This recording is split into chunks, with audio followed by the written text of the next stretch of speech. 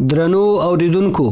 د اسلامی امارت د رهبری شورا غړي او د دعوت ارشاد جلب او جذب کمیسیون رئیس محترم مولوی امیر خان متقی صاحب په مدارسو کې د دستاربندیو او نوو فاضلانو ته د اسلامی امارت د پیغام رسولو په اړه د دعوت ارشاد مسؤلینو ته په یوه درنه غونډه کې لنډه وینا کړې چې اوریدو ته ستاسې پام رااړو. په بخښنې سره چې د وینا لومړۍ برخه نه ده ثبت شوې. تاسو وګورئ ورونو، مقابل لوري به تر اوسه پورې دا نارې وهلې چې اسلامي امارت مذاکرات نه کوي، هغه خبرې نه کوي، هغه د مذاکراتو میز ته نه کینی. خو اوس له کومې ورځې مذاکرات شروع شوي دي، هره هفته، هره ورځ، هره میاشت دې نوې توکید دي لپاره چې دا ټوله پروسه شنډه کړي او سبوتاژ کړي. یوه ورځ د کابل د ادارې چارواکي اعلانونه کوي چې باید د طالبانو بندیان اعدام شي، شهادت ورسیږي. دا اوس د نزدېکت هڅه ده که د بود هڅه ده؟ بله ورځ بیا هغه تورونه په اسلامي امارت پورې تړي چې هغه هیڅ حقیقت نه لري. همداسې په نورو برخو کې په فساد کې غرق دي. بله ورځ مې یو خبر اورېدو چې کابل ته 4 میلیارډ ډالره کومک راغلی، له بهر نه مرستې راغلي، پیسې راغلي دي، خو بیرته د کابل له هوایي ډګر نه تر 4 میلیارډه زیاتې وتلي دي. نو اوس د دنیا احسانات په افغانانو یې چې مرستې هم درسره کړي دي، که په پور راغلي سبا به د پور بار په د افغانانو په اوږو بار وي، خو پیسې بیرته خارج ته روانې دي او څو محدودو ژبو ته روانې دي. له دې سره سره ورونو د ټول افغانستان عواید، د ټولو ګمرکاتو، د ټول ترانزیت، د ټولو صادراتو، د ټولو ټکسو، د مالیو، د برقو، د حق العبور، د بل د پاسپورټو، د تذکرې او د هر څه، دا ټول راځي محدودو ژبو ته روان دي. نه د افغانستان یو سړک ورباندې پوخ شو، نه چېرته برق ورباندې ورسېدو، نه چېرته تعلیمي کارونه ورباندې وشو، نه د دین یو خدمت پرې وشو. ټول د اسلام په ضد مصرفېږي، ټول د ملت په ضد مصرفېږي، او چې اضافه کېږي هغه ډېر نقلوي خارج ته. د دغه حالت نه ولسونه خبرول او د اسلامي نظام لپاره د خلکو مبارزه جاري ساتل چې تر څو دا ټول فساد له منځه ولاړ شي. د خدای پاره د له ارګ نه د فحاشي اوازونه راپورته کېږي. هغه څوک راباندې حکمرانان دي چې د دین په یو حرف خبر نه دي. نو دغسې ناخبره خلک، له دین نه ناآګاه خلک داسې په دې ملت مسلط وي او تربیه د نوي نسل د دوی په لاس کې د افغانستان اخري انجام به خدای ناخواسته څه شی وي. موږ تاسې ورونو مبارزه کړې وه، د اسلامي نظام دپاره هم کړې وه. یوازې په دې باندې چې له امریکایانو سره توافق وشو، نور نو اتې مسله حل ده. نه به جنګ وي، نه به مخالفت وي، نه به جهاد وي، نه به نور تغیرات وي. دا خو یوه صحوه ده. توافقنامه صحیح ده سوې ده. آیا نظام اصلاح سوی؟ فساد له منځه تللی، فحاشي ختمه سوې، یرغلګر مکمل وتلي، هیڅ تغییر نه ده راغلی. خو هره ورځ دا نارې دي چې ولې طالبان مبارزه کوي او ولې مجاهدین جهاد کوي. دا بل اړخ ته نه ګوري چې مقابل لوری په دا اوس حال کې هم په مساجدو بمبارونه کوي، په مدارسو یې کوي، په کلیو په کورو یې کوي، باغونه ودانۍ ورانوي، کلینیکونه بمباروي، چاپې وي. حالانکې دا هر څه د دوحې په تړون کې بند دي، ممنوع دي، خو دا ټولې خلاف ورزي کوي. دې ته څوک مخ نه وراړئ او کوشش دا ده چې دا تور په طالبانو پورې کړي، په امارت یې پورې کړي او امارت خپل ملت او د نړیوالو په ذهن کې بد ورولي. نو دغه خلک، دغه ناسته مجموعه به دا کوشش کوو چې د امارت هغه اصلي پیغام تر ولسه ورسو، هغه حقایق تر ولسه ورسو او له روانو جریاناتو یې خبر کړو. نو اوله خبره دا ده چې ټول ملت باید تر هغه وخته پورې مبارزې ته اماده وي تر څو چې د الله دین په دې مځکه حاکم کېږي او اسلامي نظام راځي. دومره خبره دا ده چې افغانستان الحمدلله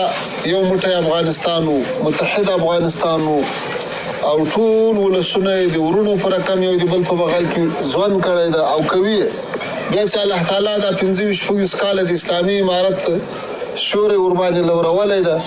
اوس خو بیا الحمدلله نور هم متحد دي، نور هم له دنیا له هغه لوی کفري بلاک سره مقابله وکړه. افغانستان د لوی هلاکت ته وژغورو، اشغالګرو ته درس ورکړو چې هغه یې دې ته مجبور کړو چې هغه د موږ وطن راپرېږدي. اوس دغه متحد افغانستان لپاره کوششونه روان دي په مابینځ کې تفریقې واچي. دغه تفریقه اچونه هم د دښمن له طرفه شروع ده چې کله د قومو په نامه خلک راپورته کوي، کله د سمتو په نامه خلک راپورته کوي، کله د ژبې او د نژاد په نامه خلک راپورته کوي، کله قصدن داسې حرکات کوي چې خلک راوپاروي، یوه سیمه له بلې سیمې په مقابل کې ودروي، یو قوم د بل قوم په مقابل کې ودروي. له بلې خوا بیا ځینې ډلې ټپلې داسې هم شته، ځینې مقررین دي، ځینې جهطلبه خلک دي، ځینې داسې خلک دي چې شخصي ګټې پالي او ملي او اسلامي ګټو ته ډېره توجه نه کوي.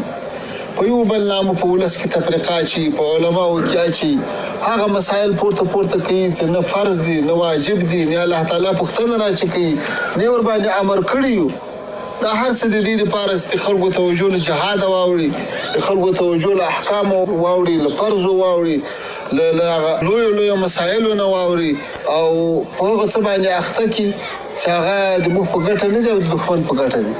چې نتیجه اخر اختلاف راوځي. نو دومره خبره دا ده چې موږ تاسې به په جلسو کې، په مدرسو کې، په عوامو کې د دې شي کوشش کوو چې له دغه فتنو نه هم خلک وساتو، متوجه یې کړو چې دا پلانۍ چې دا کومه ناره کوي، آیا دا د خیر ناره ده، دا اوس د امارت ناره ده، دا اوس د اتفاق او د اتحاد ناره ده، که دا هسې د شخصي ګټو، د شهرت، د جهطلبۍ اهل سنت والجماعت په مابینځ کې دیني، په حنفي مذهب په مابینځ کې دیني تفریقې پیدا کول، د ملت په مابینځ کې تفریقې پیدا کول، دا د موږ تاسې په ګټه نه دي. په دې باندې به خپل ملت خبرو، خپل علما به خبرو او نویو فاضلانو ته به دا درس ورکوو چې له دغو مرضو ځان وساتي او د دغو خلکو له پیروي ځان وساتي او دغه لوی سواد اعظم چې د اسلامي امارت په سوري کې راغونډ شوی او خلک د دې شاته ودرېږي. درېیمه خبره ورونو دا ده چې نوي فاضلان چې له مدارسو نه اوس فارغېږي، هغوی ته دا پیغام ورسوو چې هغه بیا په خپل وطن کې د عیان جوړ شي او خلک په دې پوه کړي چې خلک د خوارجو له فتنو نه وساتي. هغه د موږ تاسې په وطن کې فتنې راټوکوي، نو موږ تاسې باید دا نوي فاضلان دې ته وهڅوو چې هغه په دې برخه کې هم خپل رول ادا کړي، خپل مسؤلیت ادا کړي او خدمت وکړي او په راتلونکي کې خپلو نویو شاګردانو ته د ښې تربیې کوشش وکړي. او بل کار دا ورته ووایو چې د موږ د ملت ډېرې قربانۍ ورکړي دي، ډېرې ستړیاوې ګاللې دي،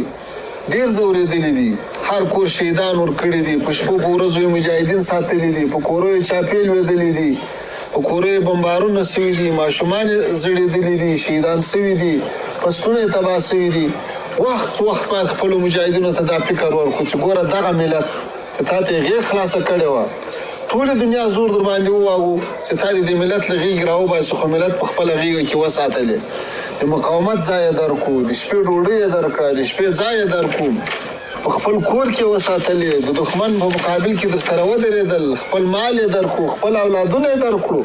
سرونه یې درکړو. نو د دې ملت احسانات باید فراموش نه سي، د دې ملت احسانات باید موږ تاسې له یاده ونه باسو.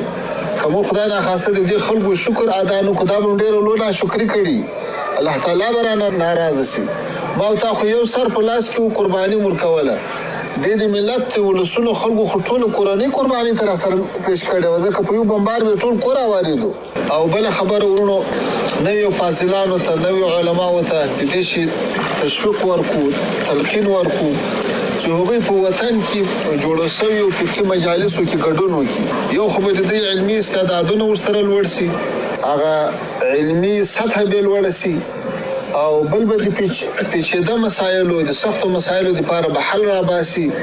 او ملت ته به ښه رهنمایي کوي.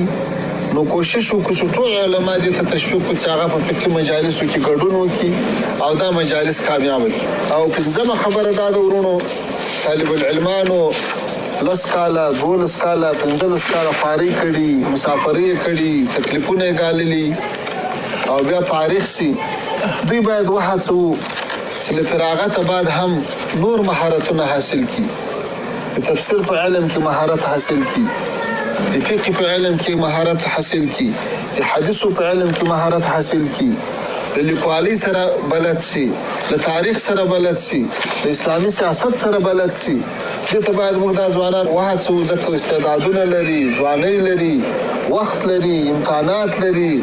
او شرایط داسې برابر دي الحمدلله چې دغه هر څه حاصلولو ته زمینه مساعده ده. نوي فاضل علما داسې ترقي وکړي او په داسې ګاڼه او په داسې علم باندې سنبال سي چې هغه له را روانو ټولو ستونزو سره مقاومت او مقابله وکړای شي. او شپږمه خبره دا ده ورونو چې موږ تاسې باید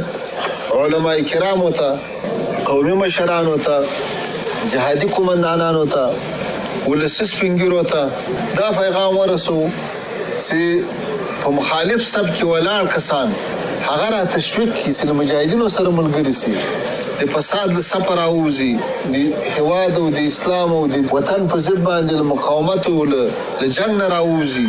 له مخالفت نه راوځي. نو کوشش باید دا وکړو چې هغه سب ته پیغام ورسو چې اسلامي امارت ټولو افغانانو ګډ کور ده. دا امارت یو تنظیم نه ده،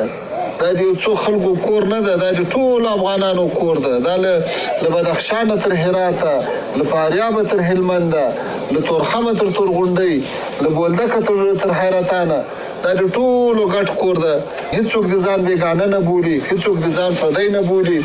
او ګورې د دې سب سرپرستي الحمدلله نیکان خلک کوي، علما یې کوي. دا هغه څوک چې سرپرستي کوي چې دا 40 کاله انقلاب کې امتحانونه ورکړي دي چې نه د پردیو غېږې ته لوېدلي دي، نه تر اوسه په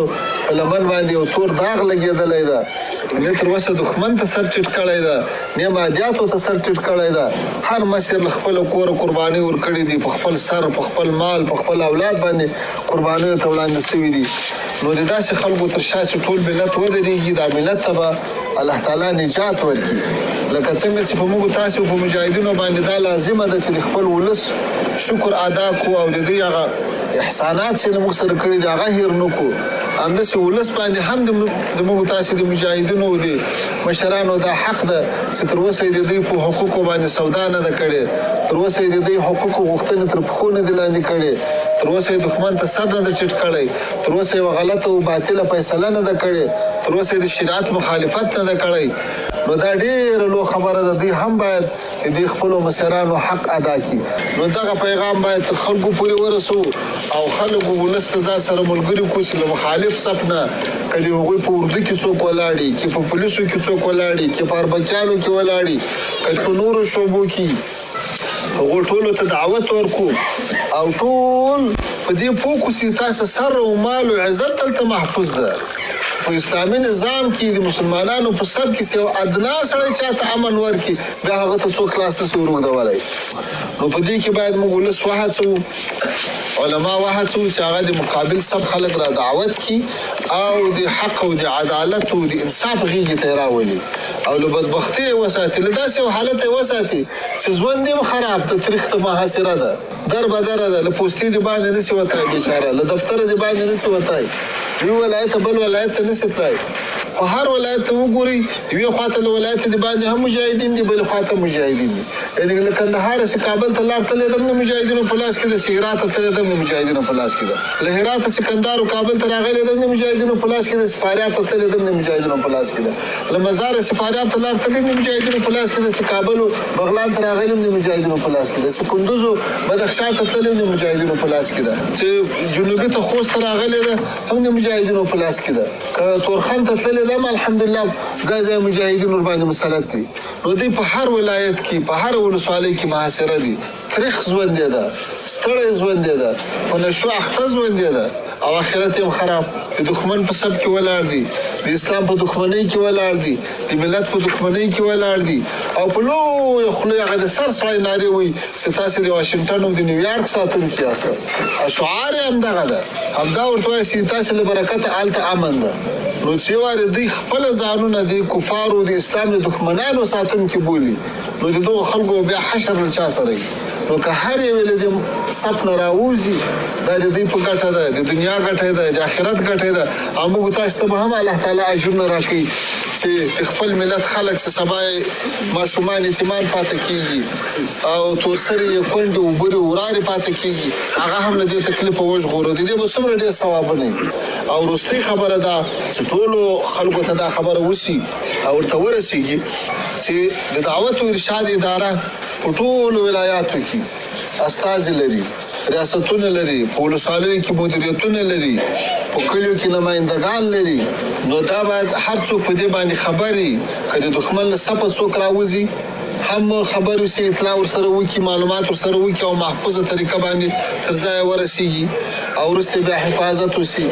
او که هغه په وطن کې خدای ناخواسته چېرته د بدو اعمالو خبره وي د منکراتو خبره وي په هغوی کې هم له امارت سره له دعوت و ارشاد سره مرسته وکړي علما مرسته وکړي قومي سپین ږیري مرسته وکړي قومندانان مرسته وکړي چې فساد پاتې نه سي دا دومره قربانۍ چې ورکوو د دې لپاره خو چې فساد له منځه ولاړ سي اسلامي نظام راسي د خلکو سر و مال و ابرو و عزت محفوظ سي دا هر څه د دې لپاره دي نو چې ټول ولس په دې خبرې چې د موږ تاسې نمایندګۍ افغانستان شمول دي هر سیمې ته رسېدلي دي ټول باید را سره همکار سي نو د موږ تاسې د مبارزې میوه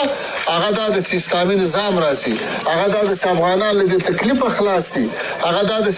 ملت هم یو موټی وي متحد وي متفق وي او په یوه ناره باندې وي او د هر دښمن په یوه خوله جواب ورکړي تفریقې نه وي فساد نه وي د پردیو لاسونه نه وي دښمنان بیخي ډېر دي که موږ تاسې دا ملت را متحد نه کړو را نږدې یې نه کړو سره یو یې نه کړو بیا دښمنان لاس ورته راغځوي یو د بل په ضد باندې کاروي هغه وخت په افغانستان له تکلیفه خلاصېږي هغه وخت به له دې مشکلاتو نه خلاصېږي چې افغانان متحد وي او د پردیو لاس پکې کار ونه کړي او یو بل ته د ورور په سترګه وګوري او یو بل ته د دوستو د وطنوالو د هیوادوالو د خپل قریب په سترګه وګوري نو الله تعالی دې موږ تاسو ته توفیق راکړي چې دغه ارمان ته ورسېږو دغه هدف ته ورسېږو الله تعالی دې تاسو ټول سعی قبول کړي او چې له لرې ځایو راغلي یاست تکلیف به وکړئ خدای تعالی دې تاسو ټولو ته اجر درکړي واخر دعوانا الحمد لله رب العالمین